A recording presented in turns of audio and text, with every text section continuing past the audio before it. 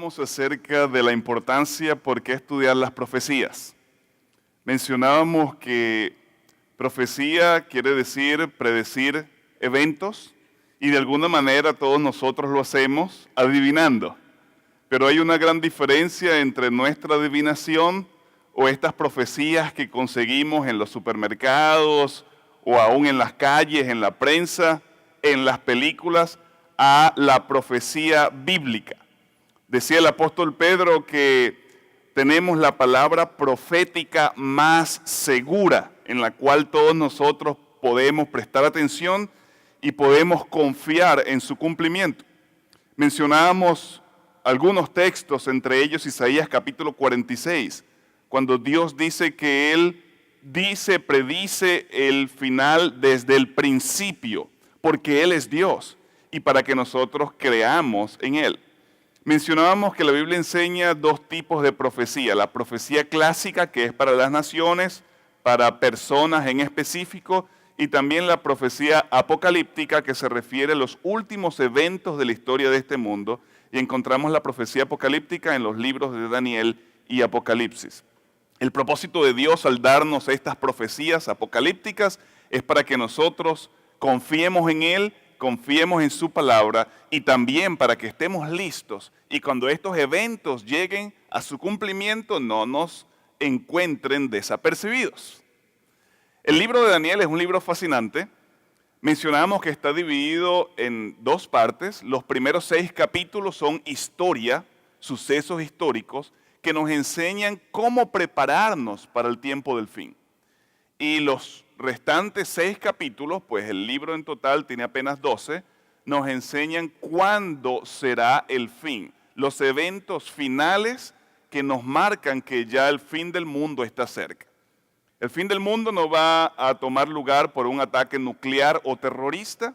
El fin del mundo no va a ocurrir por una sobrepoblación o por carencia de alimento o porque un meteorito va a destruir la superficie del planeta Tierra. No. El fin del mundo va a tomar lugar con el gran acontecimiento de la historia, la venida del Señor Jesús. En esta hora vamos a estudiar cómo alcanzar la victoria en tierra extranjera. Por lo menos todos los que están en el auditorio somos extranjeros, venimos de diferentes lugares de Centro y Suramérica. Y una de las razones por la cual hemos venido a este país es porque queremos alcanzar el éxito. Cuando hablamos de victoria, lo asociamos con la palabra éxito. ¿Qué es el éxito? Bueno, hoy día hay muchas definiciones en relación a lo que es y lo que no es el éxito. Muchas personas piensan que ser un individuo exitoso es tener varias de estas características juntas. Es tener el físico de Brad Pitt, si eres un caballero, o de Angelina Jolie, si eres una dama. Es tener la inteligencia de Albert Einstein.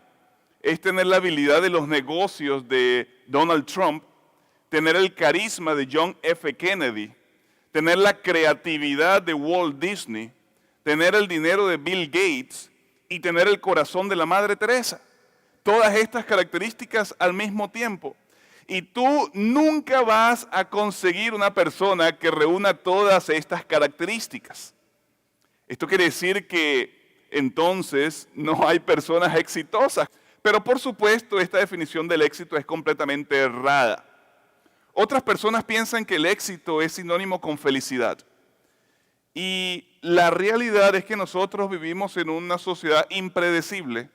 Es decir, hoy día estamos bien, hoy día tenemos, pero mañana no lo sabemos. Y la realidad también es que tarde o temprano la tragedia, la desgracia o aún la miseria, sin ser pesimistas, sino reales, puede tocar a nuestra familia, puede tocar nuestras vidas. Así que la felicidad tampoco es una buena definición de éxito. Otras personas dicen, bueno, manejar un buen carro, un BMW, un Lamborghini quizá, o un Ferrari, o tener una linda casa, una buena propiedad junto a la playa, cuando obtenga estas cosas voy a ser una persona de éxito. Y muchos de nosotros podemos dar diferentes características que describirían a una persona victoriosa, a una persona de éxito. En esta noche, al estudiar el libro de Daniel, en particular el capítulo 1, vamos a encontrar una cualidad la cual es indispensable para alcanzar la victoria. Una característica la cual es indispensable para ser personas exitosas. Lamentablemente, hoy día, ninguno de los llamados expertos hablan de esta característica. Vamos a empezar entonces nuestro estudio del capítulo 1 del libro de Daniel. Vamos a leer el primer versículo, Daniel capítulo 1, versículo 1. En el tercer año del reinado de Joacim, rey de Judá, vino Nabucodonosor, rey de Babilonia, a Jerusalén y la sitió. Aquí encontramos dos reyes y encontramos dos ciudades. Encontramos al rey Joacim de Judá y encontramos al rey Nabucodonosor de Babilonia. Vamos a hablar un poquitito acerca de Babilonia. Babilonia tuvo su origen mucho tiempo atrás. El capítulo 10 del libro de Génesis habla que su fundador fue un caballero llamado Nimrod. Y Nimrod, dice la Biblia, fue un gran cazador en contra de Jehová. Es decir, el mismo fundador de Babilonia, Nimrod, la estableció en medio de un contexto de rebeldía, en medio de un contexto de darle la espalda a Dios. En el capítulo 11, en el siguiente capítulo del libro de Génesis, encontramos que fue en este mismo lugar que Nimrod fundó, que se erigió la famosa Torre de Babel. Y yo estoy seguro que nosotros hemos escuchado algunas cosas acerca de la Torre de Babel. La Torre de Babel se construyó por dos razones básicas. Número uno, para que las personas no fuesen destruidas en caso que viniese un diluvio universal, tal cual ocurrió en los días de Noé. Y la segunda razón que nos dice el capítulo 11 de Génesis es porque los habitantes de Babilonia, de Babel, al propósito Babel quiere decir confusión, querían llegar al cielo, querían llegar a ser personajes, seres divinos. Por lo tanto, Babilonia es el origen del hombre queriendo llegar a ser Dios. El imperio babilónico antiguo tuvo su máximo exponente en un rey llamado Hammurabi, el cual también lo podemos encontrar en los libros de historia. Hammurabi, por allí, por los años 1800 antes de Cristo, estableció un sistema de leyes impresionante. Algunas de ellas se tienen hoy día en nuestra civilización actual. Hammurabi vivió unos 300 años antes que Moisés. Y bajo su liderazgo, Babilonia fue reconocida en el mundo antiguo. Pero después que Hammurabi murió, Babilonia como tal fue eclipsada por otras grandes ciudades de Mesopotamia. Eventualmente vino el imperio asirio y tomó posesión total de Babilonia. Entre los años 626 y 612 antes de Cristo, un rey llamado Nabopolassar independizó Babilonia del imperio asirio. Y no solamente eso, sino que subyugó, dominó, destruyó completamente al imperio asirio. Y entonces Babilonia comenzó a resurgir. Babilonia comenzó a tener poder y, según los historiadores, Nabopolassar es conocido como el fundador del imperio neobabilónico. Sin embargo, no fue su hijo, Nabucodonosor II, el Nabucodonosor de Daniel capítulo 1 y el Nabucodonosor del resto del libro, quien con su liderazgo hizo que Babilonia fuese un imperio mundial y la época dorada de Babilonia entonces fue bajo el liderazgo de este caballero Nabucodonosor. Pero vayamos nuevamente al capítulo 1, versículo 1. Decíamos anteriormente que habían dos reyes, Joacim y Nabucodonosor, y dos ciudades, Babilonia y Jerusalén. Babilonia representa entonces la rebeldía. Babilonia representa aquellas personas que están en contra de Dios, oposición abierta de Dios. Nimrod, su fundador, dijimos, era un cazador temible en contra de Dios. Y él dijo, yo voy a fundar una ciudad que sea completamente en contra de los principios divinos. Los personajes allí en la Torre de Babel dijeron, vamos a construir una torre, no nos importa lo que Dios ha establecido. Es más, nosotros tenemos las cualidades para llegar alto, para volar muy alto, para ser Dios. Así que desde el mismo comienzo Babilonia se ha caracterizado por rebeldía, por oposición a Dios. La siguiente ciudad que encontramos es la ciudad de Jerusalén. Y la ciudad de Jerusalén en la Escritura, del Génesis al Apocalipsis, es símbolo del pueblo de Dios. Es símbolo de la verdad divina. Es símbolo de los principios establecidos por el Señor. Es símbolo de vida. Es símbolo de piedad, de misericordia, de amor. De hecho, en el libro de Apocalipsis se nos dice que al cielo mismo, a la tierra nueva misma, se le llama como la Nueva Jerusalén, como símbolo de que en ella va a estar el pueblo de Dios. Ahora, si leemos cuidadosamente el versículo 1, encontramos que el rey Nabucodonosor de Babilonia, el rey rebelde, el rey apóstata, el rey opositor a Dios, llega a Jerusalén, la ciudad de Dios, donde estaba el pueblo de Dios, la ciudad santa, habla con Joacín, el rey de Jerusalén, el rey del pueblo de Dios, y el versículo 1 termina diciendo que la sitió, es decir, la rodeó, la subyugó y la dominó. Por lo tanto, amigos, el libro de Daniel comienza con un conflicto, y comienza con un conflicto desde un punto de vista negativo. Encontramos que los malos están dominando a los buenos. Encontramos que los perversos llegan y sitian y pisotean y hasta aparentemente destruyen a los buenos. ¿Cuántos de nosotros nos gusta ver una película donde los malos triunfan? ¿Cuántos de nosotros nos gusta ver una novela donde al final el bueno o el protagonista queda sufriendo y queda llorando? Pues ninguno de nosotros. Ninguno de nosotros. Así que el libro de Daniel comienza con un conflicto. Al propósito, todo el libro de Daniel está escrito en ese conflicto. Toda la Biblia está escrito en ese conflicto. Es lo que se le llama el gran conflicto de los siglos, la gran controversia entre el bien y el mal, entre Cristo y Satanás. Lo interesante es que Daniel comienza con una nota negativa. Ahora, nosotros podemos decir que somos cristianos y somos gente sincera, pero nos pasan cosas negativas.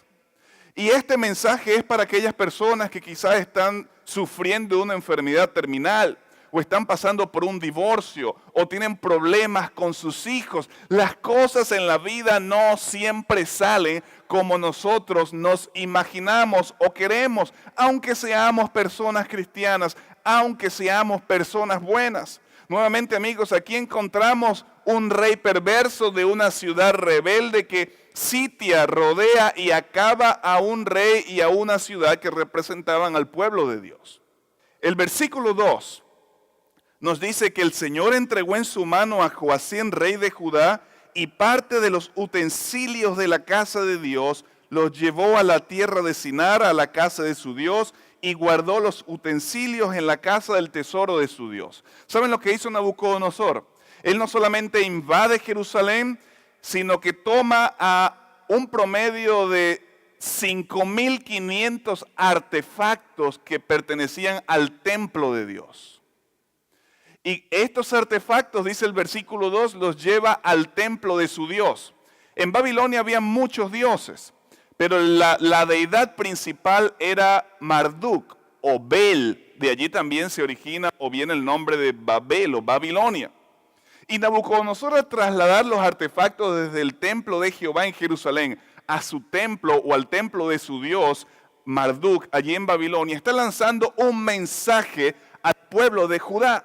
Está lanzándole un mensaje al pueblo de Dios, a todas las naciones. Mi Dios Marduk es más poderoso que el Dios Jehová. Mi Dios Bel Marduk es más poderoso que el Dios de todas las naciones juntas. Por lo tanto, Nabucodonosor ataca el santuario, toma los artefactos y con él lanza un mensaje de que su Dios era más grande y más poderoso que el Dios de los judíos, Jehová. En esta invasión, que al propósito tomó lugar en el año 605 antes de Cristo, Babilonia, Lidia y Egipto eran las naciones predominantes. Sin embargo, Babilonia era la que tenía más poder, más prestigio. Al Nabucodonosor invadir Jerusalén, al subyugar a su rey y al tomar los artefactos y llevarlos a su templo, él literalmente insulta al Dios de los judíos. Pero no solamente eso, el siguiente texto dice algo bien interesante. Dice que Nabucodonosor toma cautivos o toma personas de Judea y los lleva a Babilonia. Más de 10,000 personas fueron llevados exiliados de Jerusalén a Babilonia. La ruta comercial de Jerusalén a Babilonia eran de un promedio de 1,500 kilómetros. Por lo tanto, todos estos exiliados tuvieron que caminar 1,500 kilómetros desde Jerusalén hasta Babilonia.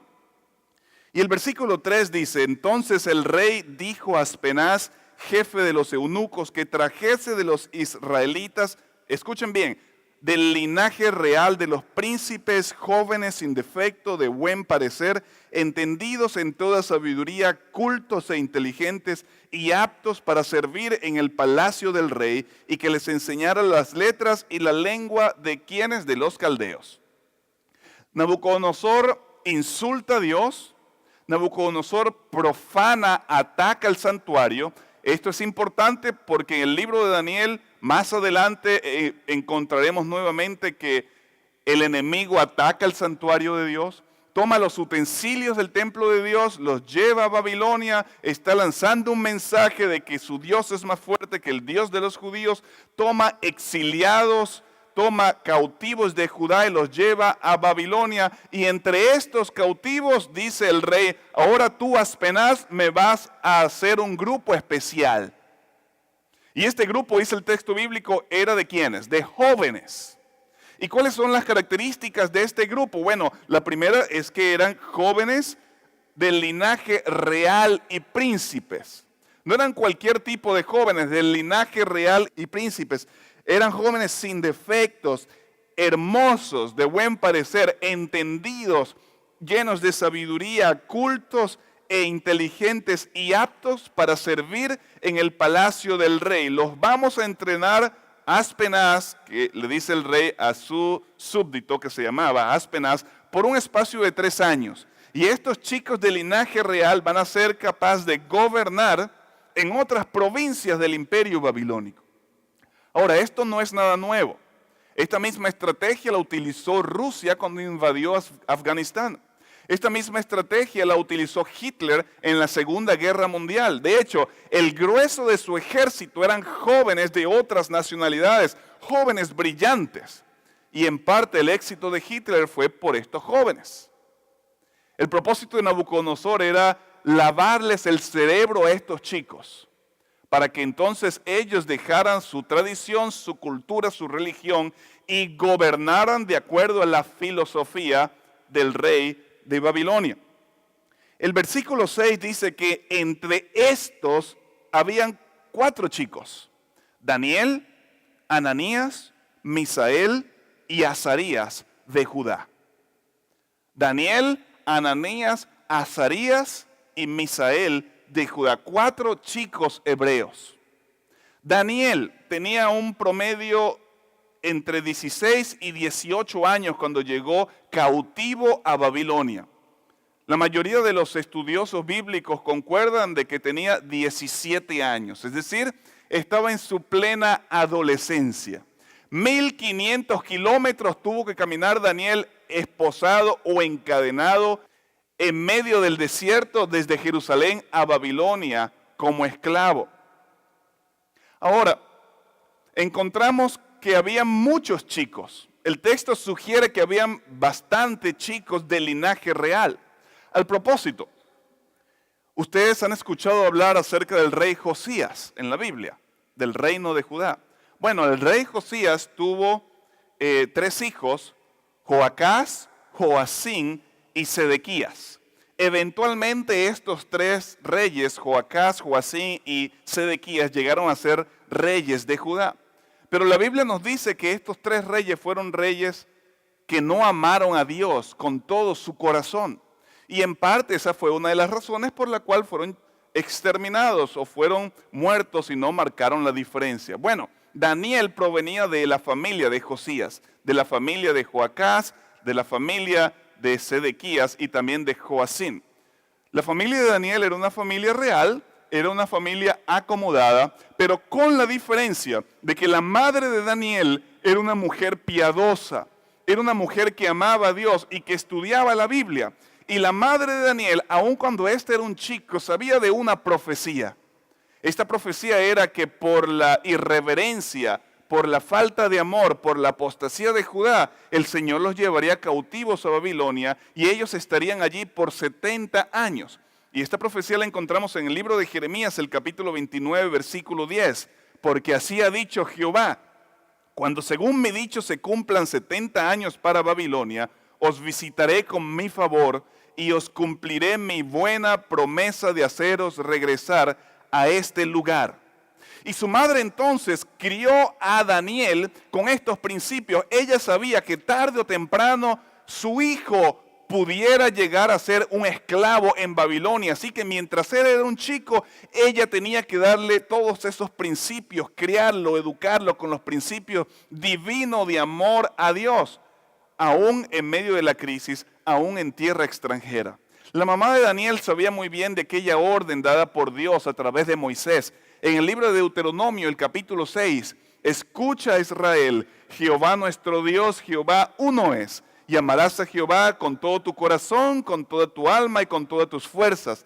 Estas palabras que yo te mando estarán en tu corazón. ¿Qué cosa dice el texto? Las repetirás. ¿A quiénes? A tus hijos. Y hablarás de ellas sentado en tu casa, andando en el camino, en todo lugar. La madre de Daniel muy bien sabía estas palabras, por lo cual ella crió a su hijo en los principios de Dios. Cuán importante es que los padres hoy día tomen en serio, tomen la responsabilidad de criar a sus hijos bajo los preceptos y los principios divinos. Esto fue exactamente lo que hizo que Daniel brillara, como ya lo vamos a ver, en Babilonia. Ahora, hubo otra ventaja, y esta ventaja es que se cree que Daniel, junto con estos chicos, Ananías, Azarías y Misael, fueron enseñados por el mismo profeta Jeremías, por el mismo personaje que profetizó que Judá estaría cautivo en Babilonia por 70 años. Entre estos estaba Daniel, Ananías, Azarías y Misael, dice el texto bíblico. Jóvenes que posiblemente tenían limitantes, jóvenes que no eran perfectos, pero jóvenes que marcaron la diferencia en un imperio extranjero. Ahora, algunos de ustedes me pueden decir, Eliezer, pero ese era otro tiempo, ese era otro contexto. Bueno, tienes razón.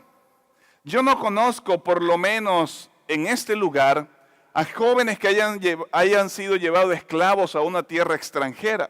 Yo no conozco a jóvenes que hayan sido privados de su libertad. No conozco a jóvenes que hayan dejado atrás su cultura, su familia, por obligación. Como vamos a ver más adelante, estos jóvenes alcanzaron la victoria. ¿Y cómo pueden los jóvenes hoy día alcanzar la victoria? ¿Cómo pueden los jóvenes mantenerse firmes y puros? Hay un texto en la Escritura que nos lo recuerda, el Salmo 119:9. ¿Con qué limpiará el joven su camino? Con guardar tu palabra. Damas y caballeros, jóvenes que me están escuchando, en la palabra de Dios encontramos los principios claros, relevantes, prácticos, para, en particular, en la juventud, poder volar muy alto y marcar la diferencia. El rey Nabucodonosor entonces ordena a que se escoja lo mejor de todos estos jóvenes esclavos, de todos estos jóvenes cautivos para entrenarlos. Jóvenes cuyo intelecto, jóvenes cuya sabiduría era superior. Al propósito, ¿te diste cuenta que hoy día Hollywood, las películas, la música que se escucha, literalmente adoran y buscan la perfección, la simetría y la belleza física, dejando atrás lo más importante, la mente, las aptitudes, la sabiduría. Esa es una de las razones por la cual la sociedad actual, los jóvenes actuales están como están. Andan buscando parecerse a Jessica Simpson, andan buscando parecerse a Eminem o a todos estos cantantes. Pues es lo que la música, es lo que las películas insinúan. Ahora, Nabucodonosor no solamente andaba buscando chicos de buen parecer, pero andaba buscando chicos cuya mente fuese brillante, chicos los cuales él mismo pudiera cambiar su actitud mental, chicos lo cual él pudiera hacer un lavado de cerebro y ellos pudieran ser fieles al rey y al imperio. Versículo 5 en adelante. El rey les señaló a este grupo predilecto, a este grupo de jóvenes brillantes, donde estaba Daniel y sus amigos, el rey les señaló la ración diaria de la comida real y del vino que él bebía, que los educara durante 3 años para que al fin de ellos se presentaran ante el rey. Entre estos estaban Daniel, Ananías, Misael y Azarías de Judá, a quienes el jefe de los eunucos puso por nombre. A Daniel lo llamó Belsasar, a Ananías Sadrach, a Misael Mesac y a Azarías Abed-nego. El proceso de lavado de cerebro de Nabucodonosor para estos chicos brillantes de Judá consistía básicamente en 3 cosas. Número 1, alterarles su dieta. Número 2, alterarles su manera de adoración, su religión. Y número 3, alterar su identidad. Dice el texto que el rey mandó a que ellos tuvieran una dieta diferente. Ahora, estos chicos se negaron, como vamos a ver a continuación. Se negaron a comer la comida del rey. Y es porque estos chicos sabían de un principio bíblico. Y el principio es que nuestros cuerpos no nos pertenecen. Más adelante el apóstol Pablo diría en 1 Corintios, el capítulo 3, versículo 16 y 17, ¿no sabéis que sois templo de Dios y que el Espíritu de Dios mora en vosotros? Si alguien destruye el templo de Dios, Dios lo destruirá a él, porque santo es el templo de Dios, el cual sois vosotros. Dios quiere hacer morada en nuestra vida, en nuestra mente, en nuestro cuerpo. Esto lo sabían muy bien los chicos. Su madre, sus padres, sus maestros les habían educado que su cuerpo le pertenece a Dios y Dios quiere hacer morada en su cuerpo. Daniel y sus amigos muy bien sabían que lo que afecta al cuerpo afecta a la mente y ellos habían hecho el compromiso de glorificar a Dios con su pensamiento, con su mente. Por lo tanto, no podían permitir que se les trajese cualquier tipo de comida. El plan o el proceso de lavado de cerebro de parte del rey Nabucodonosor iba mucho más allá que la dieta, que la comida. El rey, dijimos, quería cambiar la religión de estos chicos. El rey quería que lo adoraran a él. ¿Y cómo sabemos eso? Bueno, en el versículo 5 dice que el rey les señaló lo que ellos debían de comer. Saben, este verbo señalar en el idioma original en que la Biblia se escribió, por lo menos el Antiguo Testamento, en hebreo, se encuentra solamente una vez más en la Escritura, en la Biblia. Y lo encontramos en el libro de Jonás, en el capítulo 1 y en el capítulo 4, en el contexto de la creación. Voy a repetir, el verbo señalar dice que el rey señaló la ración diaria de estos chicos para comer. Es determinar, señalar, y aparece solamente en el Antiguo Testamento una sola vez, en Jonás capítulo 1 y Jonás capítulo 4, en el contexto de la creación. En otras palabras, lo que Nabucodonosor le estaba diciendo a estos chicos, al señalarle la comida que ellos iban a comer, es: hey amigos, ustedes son judíos, pero ustedes no tienen que adorar al Dios de los judíos, ustedes tienen que adorarme a mí. Yo soy el que señalo, yo soy el que determino lo que ustedes tienen que comer. Ahora, el versículo habla del vino. Y en la cultura babilónica, en la cultura del Medio Oriente, la asociación carne y vino denotaba adoración. De hecho, siglos más tarde, el apóstol Pablo dice a los cristianos que ellos pueden comer carne que era sacrificada a los ídolos. Él dice, bueno, nosotros sabemos que esos ídolos son muertos, así que no hay ningún problema que ustedes coman esas carnes. Es decir, en el tiempo antiguo se utilizaba carne y vino como maneras, como ofrendas, como rituales de adoración. Al estos jóvenes participar de estas comidas, estaban vendiendo sus principios y estaban reconociendo que Nabucodonosor era Dios, tal cual lo hacían el resto de los habitantes de Babilonia. Ahora, en el versículo 12, Daniel utiliza una palabra o una frase que aparece en Génesis capítulo 1, versículo 29, también en el contexto de la creación.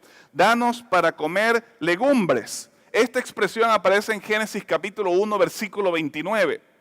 En el contexto de la creación, porque Dios es el que señala, Dios es el que determina qué es lo que se va a comer, porque Él es Dios. Ahora Daniel le dice a Nabucodonosor, Nabucodonosor, tú aparentemente nos estás haciendo un favor y te lo agradecemos. Nabucodonosor, tú eres un rey muy brillante, tú eres un rey muy poderoso, tú eres un rey que tienes un dominio total sobre todas las naciones, pero déjanos decirte algo. Tú nunca vas a ser considerado Dios por nosotros. Nosotros adoramos al Dios de la creación, al verdadero Dios, aquel que señala y determina no solamente la comida, sino todo lo del universo. Él es nuestro Dios. Y el punto número 3, que involucraba ese proceso de lavado de cerebro de parte del rey para estos jóvenes, aparte de la dieta, aparte de la adoración, nos dice el versículo 7, es que el rey mandó a que le cambiaran los nombres.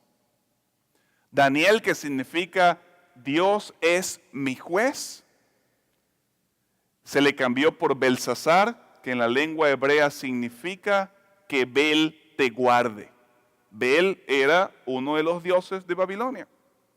Nabucodonosor tenía que cambiarles la identidad a estos jóvenes. Imagínate Daniel caminando por Babilonia diciendo, Dios, hey, Dios es mi juez, ven acá, ven a comer, hey, Dios es mi juez, fírmame este documento. Constantemente iba a ser un recordativo del Dios de Daniel.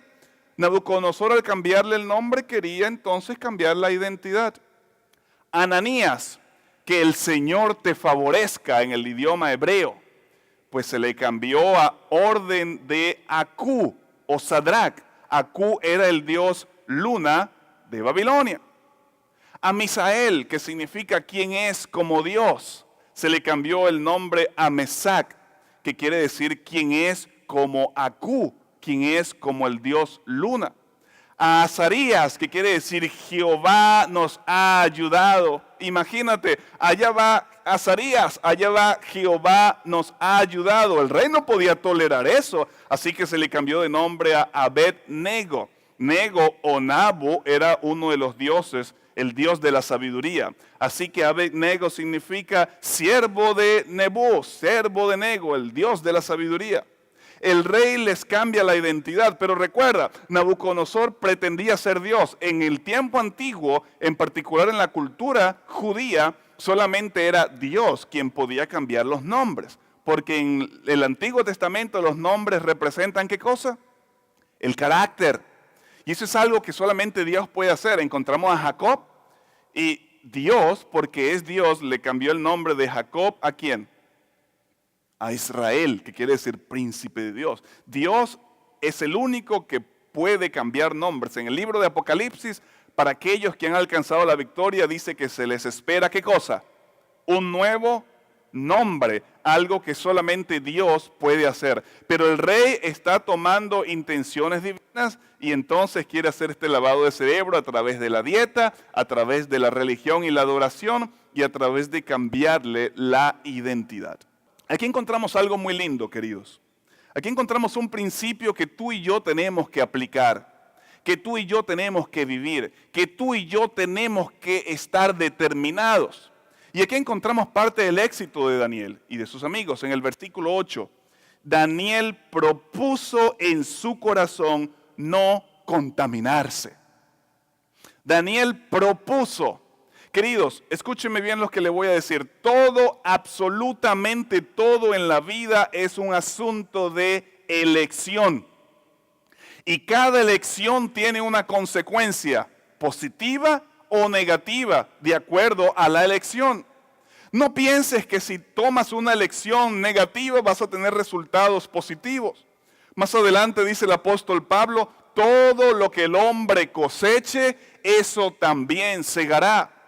Todo lo que comienza mal, termina mal. Todo lo que comienza bien, puede que en el camino hayan ajustes, puede que en el camino hayan malos entendidos, pueda que en el camino ocurran cosas negativas, pero te garantizo que si comenzó bien, va a terminar bien. Todo en la vida es asunto de elección. Tú y yo tenemos la capacidad de elegir. No le eches la culpa a la circunstancia, no le eches la culpa a la sociedad, no le eches la culpa a tu pobreza, a tu cultura. Todos nosotros tenemos que proponernos, todos nosotros tenemos que elegir.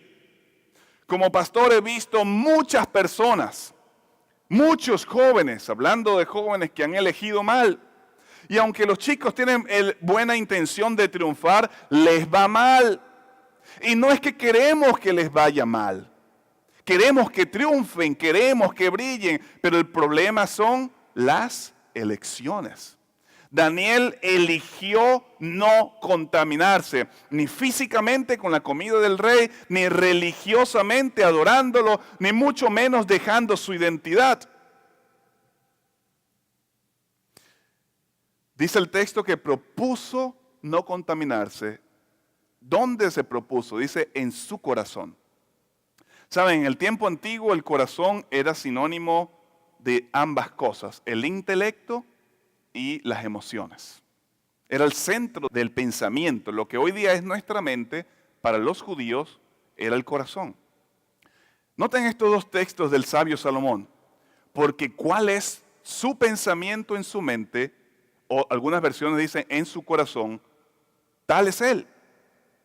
Como es el pensamiento, tal cual es como tú piensas, así vas a ser. Si tú eres una persona que piensa constantemente pensamientos negativos, tu vida va a ser una vida completamente pesimista. Si tus pensamientos son vulgares, tú vas a ser vulgar. Si tus pensamientos son positivos, tú vas a ser una persona positiva. Si tus pensamientos son altruistas, tú vas a ser una persona altruista. Si tus pensamientos son puros, tú vas a ser una persona pura. Tal cual piensa en su mente, así es él. Y en Proverbios 4:23 dice Salomón, sobre toda cosa guardada, guarda tu corazón, porque de él, ¿qué cosa? Mana la vida. El énfasis de Nabucodonosor, dijimos, era la mente de estos chicos. Él quería manipular, cambiar, hacer el lavado de cerebro. La batalla final, queridos, no es por un territorio, no es por una propiedad. La batalla final es por nuestros corazones, es por nuestras mentes. Chicos jóvenes que me están escuchando, el Señor quiere que ustedes les sirvan, dice el texto bíblico que leímos anteriormente, con toda nuestra mente, con todo tu intelecto. Lo mejor de tu vida, los años de tu juventud, la frescura de la mente, el Señor quiere que tú se la dediques a Él. Pero por el otro lado, Nabucodonosor, el Nabucodonosor de estos días, Satanás, el diablo también está atacando, también tiene como blanco la mente.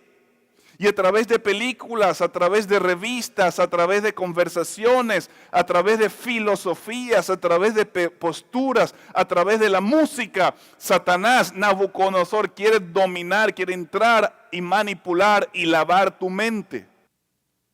El texto bíblico dice que Daniel pide una prueba de 10 días. ¿Sabe que el número 10, así como todos los números en la Biblia, tienen un simbolismo? No tengo mucho tiempo para explicarlo, pero según Génesis el capítulo 18, según el capítulo 5 de Amós, el número 10 en la Biblia representa la mínima parte, la mínima cantidad de tiempo. Cuando Daniel es probado por 10 días y sale exitoso de esa prueba, el mensaje bíblico es, Dios puede hacer que nosotros brillemos, Dios puede hacer que nosotros marquemos la diferencia en el mínimo tiempo si nosotros lo proponemos. El texto bíblico dice, versículo 15, al cabo de los 10 días el rostro de ellos se veía mejor y más nutrido que el de los otros jóvenes. Escuchen el 16.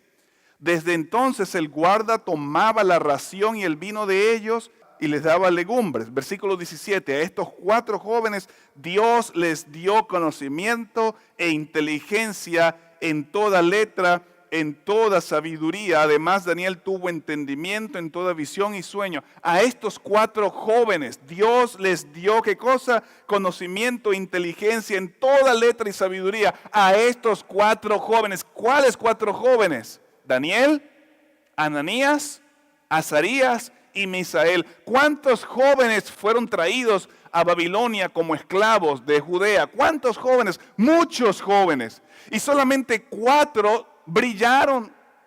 Entre muchos, solamente 4 marcaron la diferencia. Entre muchos, solamente 4 llegaron a ser exitosos. ¿Y por qué lo hicieron?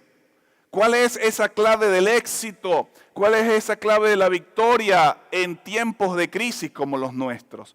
¿Cuál es ese secreto del éxito en tierra extranjera? No son las posesiones, no es el dinero, no es el coche que conduces. Es la fidelidad a Dios.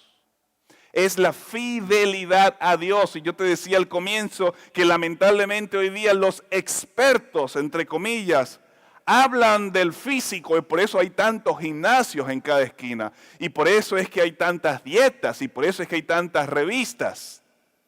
Los expertos hablan de planes para retiro, planes de dinero, de ahorro, porque para ser exitosos necesitamos tener una buena casa, necesitamos tener un buen carro. Pero la Biblia, el capítulo 1 de Daniel nos dice que hay una clave del éxito mayor que todas estas. Y es una clave que ha sido olvidada por muchos, en particular hoy día. Fidelidad a Dios. Estos chicos brillaron, estos chicos marcaron la diferencia porque se mantuvieron fieles a los principios de Dios. Se mantuvieron leales a lo que Dios había establecido y aún en la capital del mundo no titubearon. Y le dijeron al rey, al monarca más poderoso del mundo conocido, que ellos servirían y ellos adorarían primero al rey del universo, conforme a sus principios y estatutos, y luego le serían fieles a él en el reino. Se dice que no fueron encontrados jóvenes más brillantes, más puros, más lindos, más sabios, más especiales que estos chicos. No por la crianza necesariamente que tenían, no por el intelecto que tenían, sino porque Dios los bendijo por su fidelidad. Rápidamente, 3 pasos para recibir la bendición de Dios. ¿Quieres tú recibir la bendición de Dios en esta hora? Este texto nos enseña 3 lecciones prácticas que no podemos olvidar. Lección número 1, determina complacer a Dios. En el mismo momento que Daniel fue privado de su libertad por los soldados de Babilonia o de Nabucodonosor allá en Jerusalén, y tuvo que caminar por el desierto por más de 1500 kilómetros, Daniel determinó complacer a Dios. No sabía dónde iba, no sabía cuál iba a ser la circunstancia de su vida, pero él se propuso complacer a Dios. Escúchame, Dios no es una vending machine, Dios no es una máquina que le ponemos un par de cuotas allí y nos da lo que queremos. Dios es un ser real y personal y Dios tiene sentimiento. La Biblia dice que podemos hacer tristes a Dios, pero al mismo tiempo la Biblia también nos enseña que podemos llegar a complacerlo. Daniel se propuso, Daniel estuvo determinado a complacer a Dios. La razón o el punto número 2 para recibir las bendiciones de Dios es: deja que sea Dios quien quite tus obstáculos. En el versículo 16 dice que desde entonces el guarda quitaba la ración y el vino de ellos y les daba legumbre. Algo tiene que ser removido. Quizás en esta noche estoy predicando para alguien que está luchando con el alcohol, o está luchando con la pornografía, o con la droga, o con el chisme, o la mentira, o con cualquier otro vicio, antes de recibir las bendiciones de Dios, tenemos que desplazar esas cosas. Ahora, nosotros no podemos hacerlo, pero Dios quiere hacerlo. Y Él es el único que puede derribar cualquier obstáculo, cualquier vicio. Así que número 1, determina complacer a Dios. Número 2, deja que Dios quite cualquier vicio, cualquier obstáculo que impide recibir sus bendiciones. Y número 3, abre tu corazón, abre tu mente para recibir la voluntad de Dios, para recibir los propósitos de Dios, para recibir los planes de Dios y sus bendiciones. Es cierto que el capítulo 1 de Daniel comienza con una nota negativa, comienza con una tragedia, comienza con un rey malo, un rey y una nación rebelde invadiendo al pueblo de Dios. Pero nota cómo termina el capítulo 1. El versículo 20 dice: en todo asunto de sabiduría e inteligencia que el rey los consultó, los encontró 10 veces mejores que todos los magos y astrólogos que había en todo su reino. No había persona más brillante, mejor, más confiable que estos 4 chicos. En todo asunto, dice el versículo 20. Y me encanta cómo termina el capítulo 1, el versículo 21.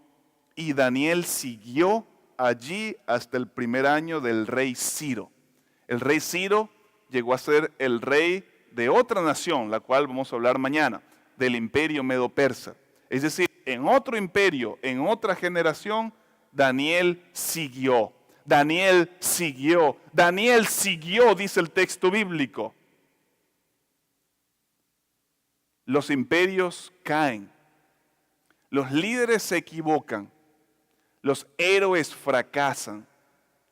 Pero los cristianos de verdad, aquellos que se han propuesto en su corazón mantenerse fieles a Dios, complacerlo, aquellos que han determinado que Él remueva todo obstáculo, aquellos que quieren conocerlo a través de su palabra y su voluntad, aquellos van a seguir, aquellos van a florecer, aquellos van a brillar. Es mi deseo en esta noche que así como Daniel, nosotros nos mantengamos y nos propongamos darle lo mejor que tenemos, lo mejor de nuestras emociones, lo mejor de nuestro tiempo, lo mejor de nuestro intelecto a Dios. Es mi deseo que nos propongamos adorar al Señor tal cual Él lo ha establecido y no al hombre.